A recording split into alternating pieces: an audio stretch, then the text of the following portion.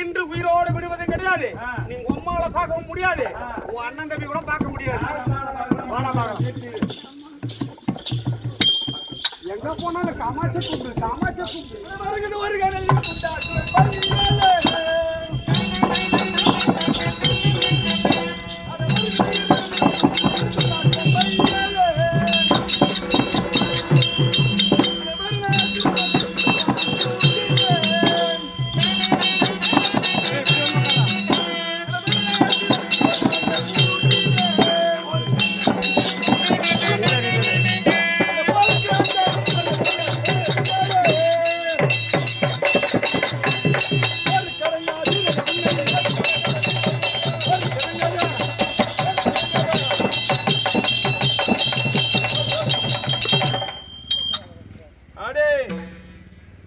முடியலையா?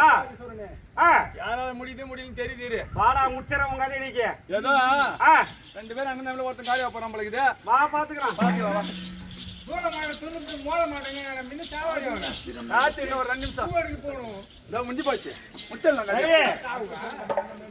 நான் என்ன சொல்றேன், நான் அக்னியில போறேன். எங்க அம்மா காமாட்சி பாதத்தை பண்ணி மீனாட்சி பாதத்தை பண்ணின்னு ஒரு பொம்பளை கட்சி வச்சு ஆட்சி செய்யற பாடுசி நீங்க.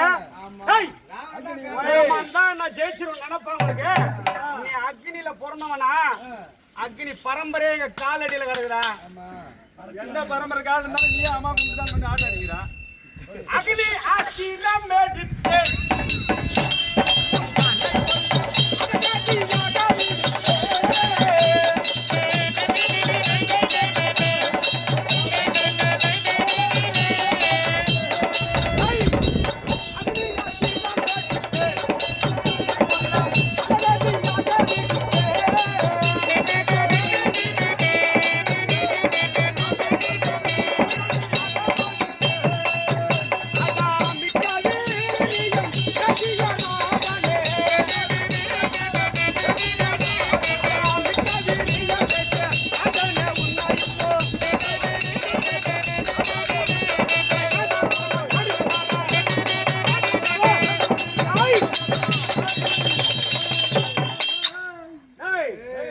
அக்னியில பிறந்த உன்னை அழிக்க அக்னி அஸ்திரம் 7ஆம் குடமாக ஓங்கி விட்டேன். நீ உயிரோட வட குலமை ஏறிக்க வந்த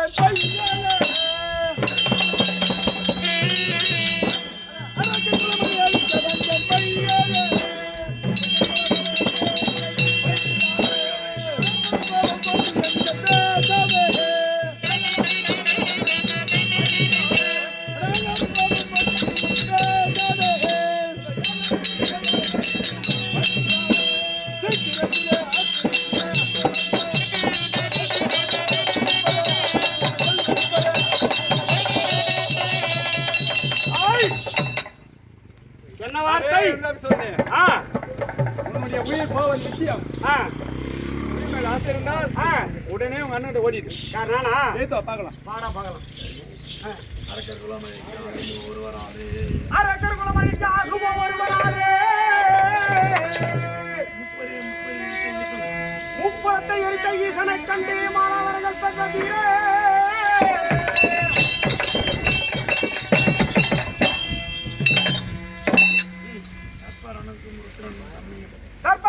தன்னையோ உடைவிலக்காக காலம்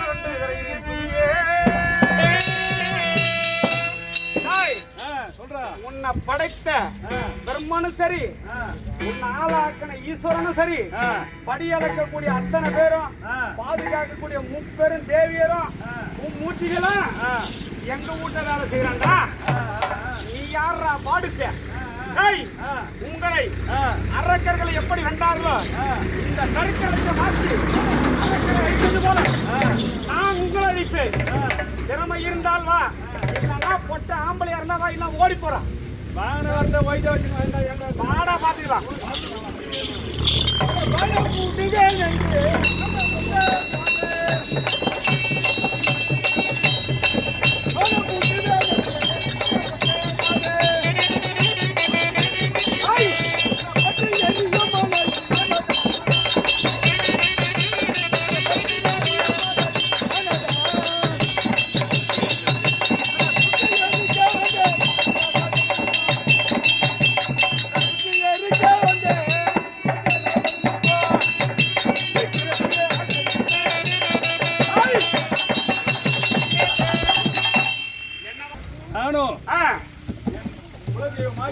நான் சொல்லல அன்னை காமாட்சியினுடைய அருளாலே சிவபெருமானுக்கு ஒப்பான என்னுடைய நேத்திரம் என்னிடம் ஏழாவிடம் செய்வித்தால் பஸ்பமாவது உறுதி.